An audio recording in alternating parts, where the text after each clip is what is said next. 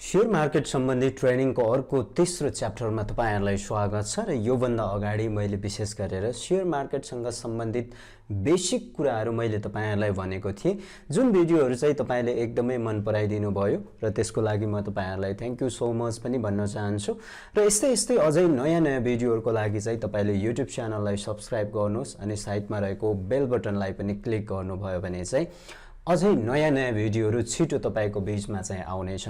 विशेष गरेर हामीले शेयर मार्केटसँग सम्बन्धित विषयमा हामीले केही दिन यता डिस्कस गर्दै छौं। आज पनि म तपाईहरुलाई विशेष गरेर शेयर मार्केटसँग सम्बन्धित तेस्रो च्याप्टर अन्तर्गत रहेर why share market necessary in every country, हरेक देशको लागि किन शेयर मार्केट चाहिँ चाहिन्छ, हाम्रो देशको लागि शेयर बजार किन चाहिन्छ, अथवा हामी शेयर बजार भयो भने हामी जस्तो सर्वसाधारणलाई के फाइदा हुन्छ अथवा राष्ट्रलाई के फाइदा हुन्छ, यी कुराहरुको विषयमा आज हामी डिस्कस गर्ने छौं।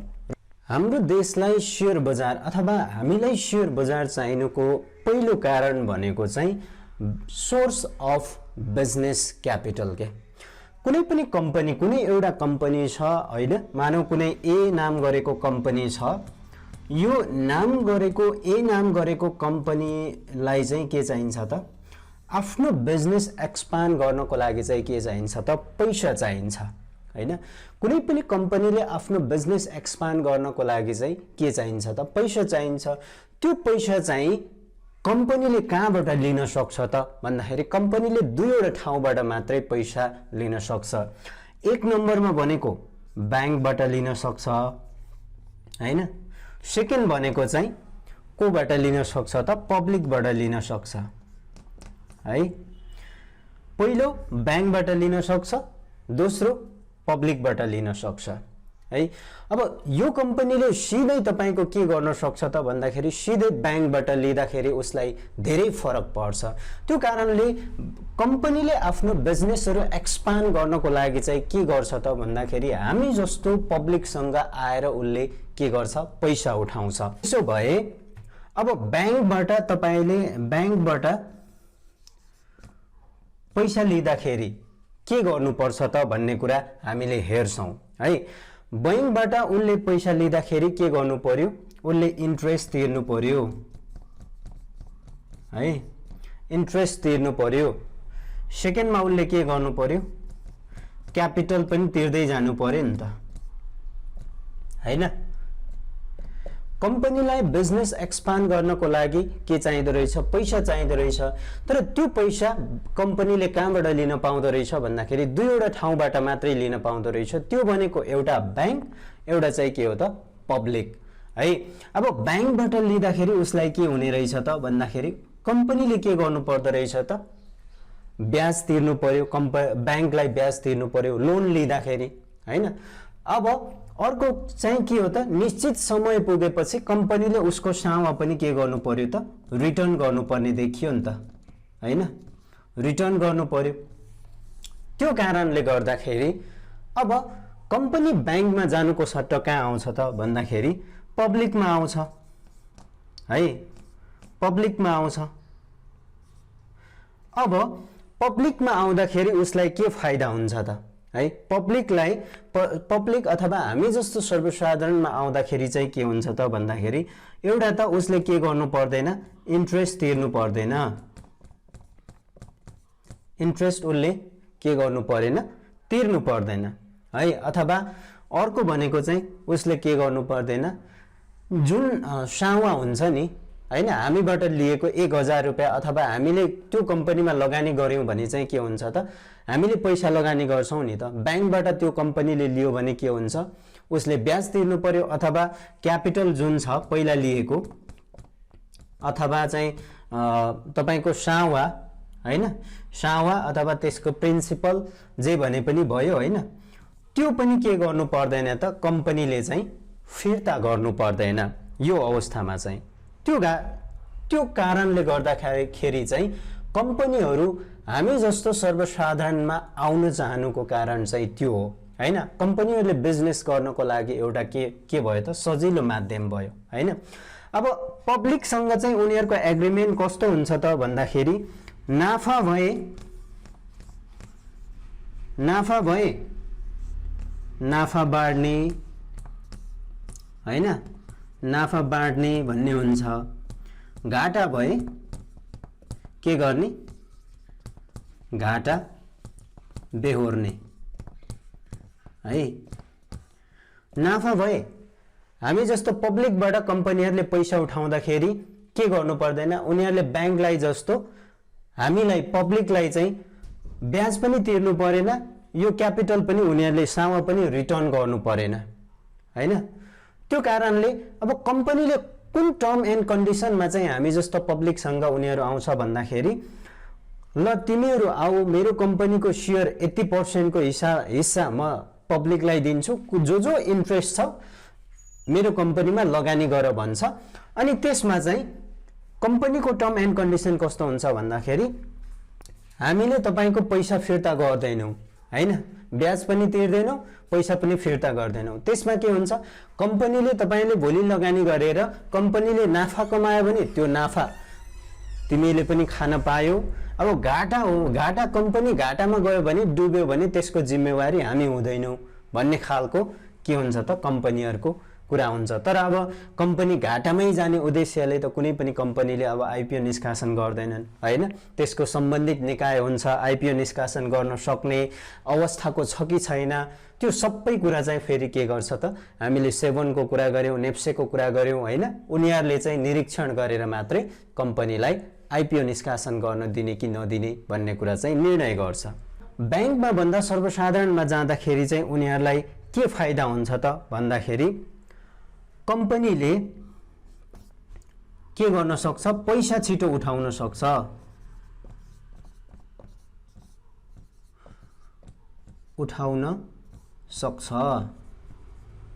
हैन सर्वसाधारणमा जाँदा।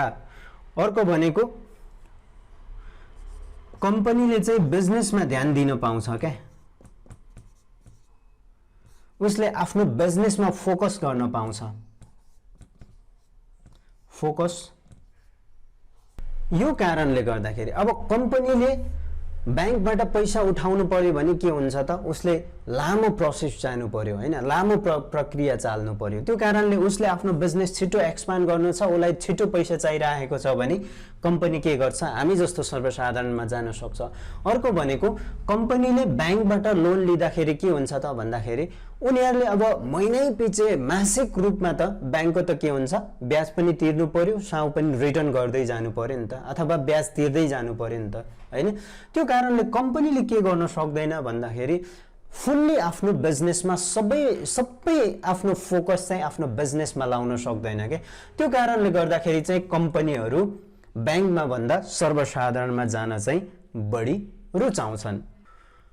अब हाम्रो देशलाई शेयर मार्केट चाहिनुको सेकेन्ड कारण भनेको चाहिँ बेनिफिट्स अफ आवर कन्ट्री। हाम्रो देशलाई पनि शेयर बजार चाहिँ एउटा एकदमै फाइदामूलक हाम्रो देशको लागि पनि हुन्छ। कसरी भन्दाखेरि, कसरी हाम्रो देशलाई शेयर बजारबाट फाइदा हुन्छ त भन्दाखेरि, हामीले जति पनि कारोबारहरू गर्छौं शेयर बजारमा हामीले लगानी गर्छौं, त्यो लगानी गरेर हामीले कमाएको मुनाफाबाट चाहिँ सरकारलाई पनि ट्याक्स जान्छ। हामीले सरकारलाई के गर्नुपर्ने हुन्छ, राजस्व तिर्नुपर्ने हुन्छ हैन। हामीले तिरेको राजस्व चाहिँ सरकारमा गइसकेपछि सरकारले के गर्न सक्छ त, यो राजस्वबाट देशका लागि चाहिने आवश्यक विभिन्न विकासका कामहरू गर्न सक्छ, अथवा यस्तै खालका विभिन्न कम्पनीहरू स्टार्ट गर्नको लागि, अथवा विभिन्न कम्पनीहरू विभिन्न प्रोजेक्टहरू सुरु गर्न सक्छ, जसको लागि चाहिँ हाम्रो देशको पनि विकास हुन्छ हैन। अब हामीले शेयर बजारमा जति पनि मानौ, अब मैले 5 लाख रुपैयाँ इन्भेस्ट गरेको थिएँ हैन, 5 लाख रुपैयाँ मैले चाहिँ शेयर बजारमा के गरेको थिएँ, लगानी गरेको थियो। यो 5 लाखबाट चाहिँ मलाई मानौ प्रफिट भयो हैन, प्रफिट चाहिँ मलाई 50,000 भयो है, मलाई प्रफिट 50,000 भयो। अब यो 50,000 को चाहिँ मलाई सरकारले के लगाउँछ त, ट्याक्स लगाउँछ। ट्याक्स कति लगाउँछ त भन्दाखेरि, अब लङ टर्म होल्ड हो भने 5% है। अब 50,000 मैले नाफा कमाए भने यो 50,000 को 5% मैले कसलाई बुझाउनु पर्छ, सरकारलाई हैन। अब अलिकति सर्ट टर्म हो भने हैन, सर्ट टर्ममा ट्रेडिङ गरेर कमाउनेहरू हुन्छ नि, अलि सर्ट टर्म हैन, जस्तो 1 महिना 2 महिना 1 वर्षभन्दा कममा हामीले नाफा कमायौँ भने चाहिँ पछिल्लो समयको नियम अनुसार चाहिँ 7.5% चाहिँ हामीले सरकारलाई कर तिर्नुपर्ने हुन्छ र यो करबाट अब सरकारले विभिन्न तरिकाको विकासका कामहरू, विकास निर्माणका कामहरू पनि गर्न सक्छ अथवा कम्पनीहरू, नयाँ कम्पनीहरू खडा गर्न पनि सक्छ। हरेक देशलाई शेयर मार्केट चाहिनुको तेस्रो कारणमा प्रमोटेड इन्भेस्टमेन्ट हैन, लगानीलाई चाहिँ के गर्छ, शेयर मार्केटले प्रमोट पनि गर्छ है। हरेक देशको सरकारले विभिन्न क्षेत्रलाई कर तिर्न सक्ने खालको नियम बनाइदिएको हुन्छ हैन। हाम्रो नेपालमा पनि, हाम्रो नेपाल सरकारले पनि विभिन्न क्षेत्रहरू, जस्तो अब तपाईको के हुन सक्छ, बिजनेस सेक्टर हुन सक्छ हैन, बिजनेस सेक्टर हुन सक्छ, त्यस्तै गरेर हाइड्रो पावर हुन सक्छ, हाइड्रो पावर हुन सक्छ। अब यस्ता खालका विभिन्न सेक्टरहरू, रियल इस्टेट हुन सक्छ, ब्याङ्किङहरू हुन सक्छ, यस्ता खालका विभिन्न सेक्टरहरूलाई चाहिँ सरकारले के गरिदिएको हुन्छ, उनीहरूले कर तिर्न सक्ने किसिमको अथवा उनीहरूलाई कतिसम्म कर लगाउँदाखेरि उनीहरूलाई सुइटेबल हुन्छ भन्ने किसिमको के गरिदिएको हुन्छ, एउटा नियम बनाइदिएको हुन्छ। त्यो नियमभित्र रहेर चाहिँ विभिन्न कम्पनीहरू स्टार्ट भएका हुन्छ, त्यो नियमभित्र रहेर विभिन्न कम्पनीहरू चाहिँ सुरु गर्न सकिन्छ हैन। तर अब कम्पनी सुरु गर्नको लागि एक्लैले मात्रै सम्भव भएन नि त। जस्तो तपाईले एउटा ब्याङ्क तपाई सुरु गर्न चाहनुहुन्छ भने एक्लैले तपाईले यो ब्याङ्क सुरु गर्न सक्नुहुन्छ त? पक्कै पनि तपाईले सक्नुहुन्न हैन। तपाईको अब एउटा ब्याङ्क सुरु गर्नलाई कम्तीमा अर्ब रुपैयाँ भन्दा बढी चाहियो तपाईसँग हैन, 5-10 अर्ब अहिले त ब्याङ्कको क्यापिटल, अथवा चाहिँ एउटा कम्पनी सुरु गर्नलाई ह्युज पुँजी चाहिन्छ के। त्यो पुँजी ठुलो चाहिने भएको कारणले गर्दाखेरि के हुन सक्छ त, त्यसमा अन्य व्यक्तिहरूको सहभागिता हुन सक्छ नि त हैन। जस्तो यसमा कुनै ठाउँमा अब पब्लिकको सहभागी हुन सक्ला, अथवा कति ठाउँमा अब त्यसमा के हुन सक्छ त, फरेनको सहभागिता हुन सक्छ हैन। विभिन्न व्यक्तिहरू मिलेर यस्ता खालका कम्पनीहरू रन गर्न सक्छ नि त हैन। जस्तो कि एउटा पब्लिक आउन सक्छ यसमा हैन, पब्लिक कम्पनीले पनि लगानी गर्न सक्छ। अब अर्को विदेशी फरेन कम्पनीहरूले पनि के गर्न सक्छ, लगानी गर्न सक्छ। गभर्नमेन्ट आफैले के गर्न सक्छ, लगानी गर्न सक्छ। अब यो सबैजना मिलेपछि त के हुन्छ त, एउटा ठुलो कम्पनी स्टार्ट गर्न सजिलो भयो नि त। अब यहाँबाट फाइदा कसलाई भयो त, पब्लिकलाई पनि के भयो, फाइदा भयो, गभर्नमेन्टलाई पनि के भयो, फाइदा भयो। अब अरु विदेशीहरूले लगानी गर्छ भने विदेशीहरूलाई पनि लगानी भयो, प्लस विदेशीहरूबाट जति विदेशीहरूले हाम्रो देशमा लगानी गर्नु भनेको एक हिसाबले के हो त, राम्रो हो हैन, हाम्रो देशमा लगानी गर्नु। अब यसरी फाइदा हुने भएपछि के हुने भयो त, हामी जस्तो सर्वसाधारण पब्लिकहरूले पनि के गर्छन् त भन्दाखेरि लगानी गर्नु पर्दो रहेछ है। लगानी गरेपछि चाहिँ फाइदा हुँदो रहेछ है। लगानी गर्ने वातावरण क्रिएट गर्छ के यसले चाहिँ हैन। लगानी पछिल्लो समयमा अब शेयर मार्केट नभएको भए कतिजना मान्छेहरूले लगानी भनेको के हो, लगानी कसरी गरिदो रहेछ, इन्भेस्टमेन्ट कसरी गरिदो रहेछ, इन्भेस्टमेन्ट गरेर हामीलाई फाइदा कसरी हुँदो रहेछ भन्ने कुरा धेरैलाई थाहा हुने थिएन हैन। म आफैले पनि शेयर मार्केटमा म छिरेपछि लगानी इन्भेस्टमेन्ट चाहिँ के रहेछ त भन्ने कुरा बुझेको छु। त्यसरी नै धेरै व्यक्तिहरूले के गर्छ त, लगानी प्रति, इन्भेस्टमेन्ट प्रतिको चाहना चाहिँ वृद्धि गर्छन्, जसको कारणले जसको फाइदा सरकारलाई पनि हुन्छ, पब्लिक स्वयं आफैलाई पनि हुन्छ। हरेक देशलाई शेयर बजार चाहिनुको चौथो कारण भनेको चाहिँ good source of income investment for government के हैन।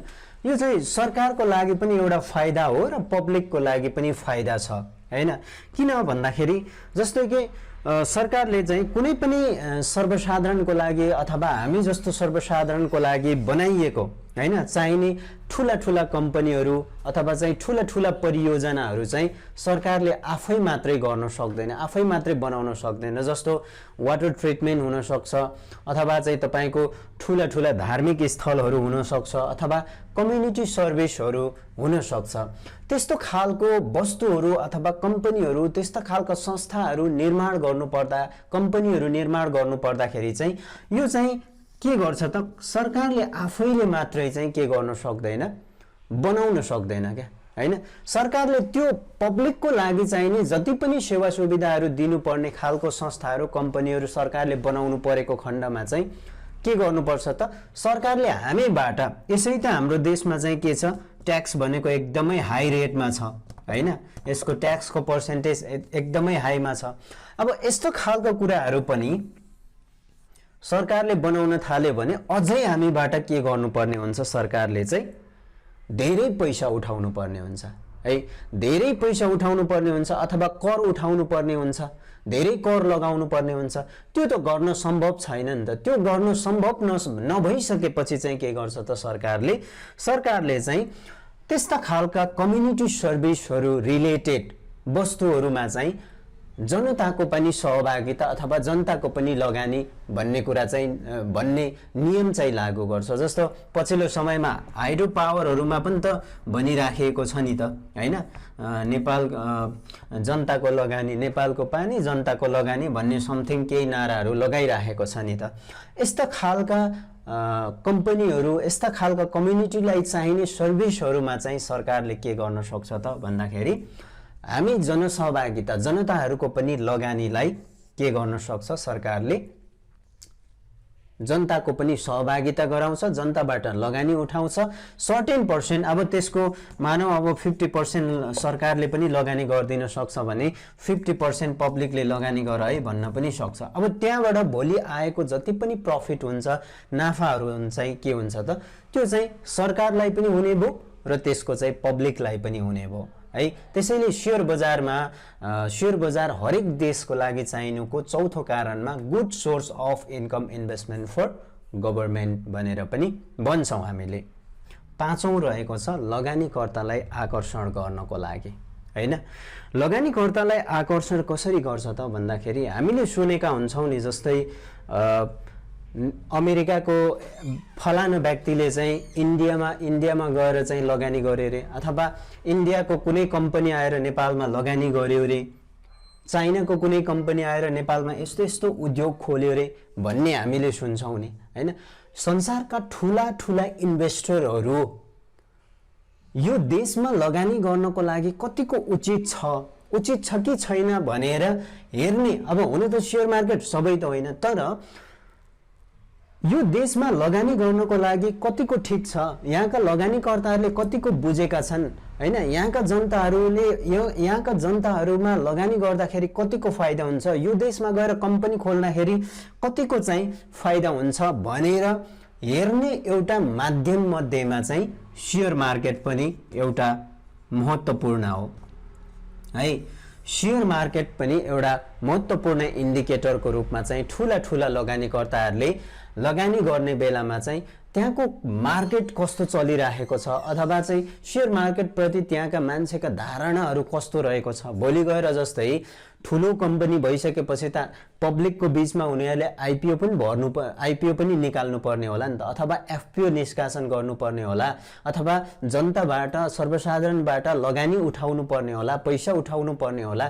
त्यो कतिको सम्भव छ त, सम्भव छ कि छैन भन्ने कुराको अध्ययन गर्नको लागि हेर्ने एउटा नम्बर अफ इन्डिकेटर जस्तै को रूपमा पनि हामीले चाहिँ के गर्न सक्छौँ त, स्टक मार्केटलाई लिन सक्छन्। र ठुला इन्भेस्टरहरू, जो बिग इन्भेस्टरहरू हुन्छ, उनीहरूले हेर्ने मध्येमा एउटा इन्डिकेटर मध्येमा स्टक मार्केट पनि हेर्ने गर्छन्। त्यसैले ठुला लगानीकर्ताहरूलाई आकर्षण गर्नको लागि, विदेशी लगानीकर्ताहरूलाई आकर्षण गर्नको लागि भूमिका खेल्ने काम पनि स्टक मार्केटले गर्छ। जब हाम्रो देशमा आएर ठुला लगानीकर्ताले लगानी गर्छ, त्यसको प्रत्यक्ष प्रभाव अथवा त्यसको फाइदा, प्रत्यक्ष अप्रत्यक्ष फाइदा हामीलाई पनि छ नि त, आजको थर्ड एपिसोडको च्याप्टरमा चाहिँ मैले यिनै कुरा गरेँ। विशेष गरेर हामीलाई हाम्रो देशको लागि अथवा हरेक देशका लागि चाहिँ शेयर बजार किन चाहिँदो रहेछ भन्ने विषयमा चाहिँ मैले 5 वटा कुराहरू तपाईलाई भने र तपाईलाई अभियसली कस्तो लाग्यो तपाईले आफ्नो विचार पनि राख्न सक्नुहुन्छ।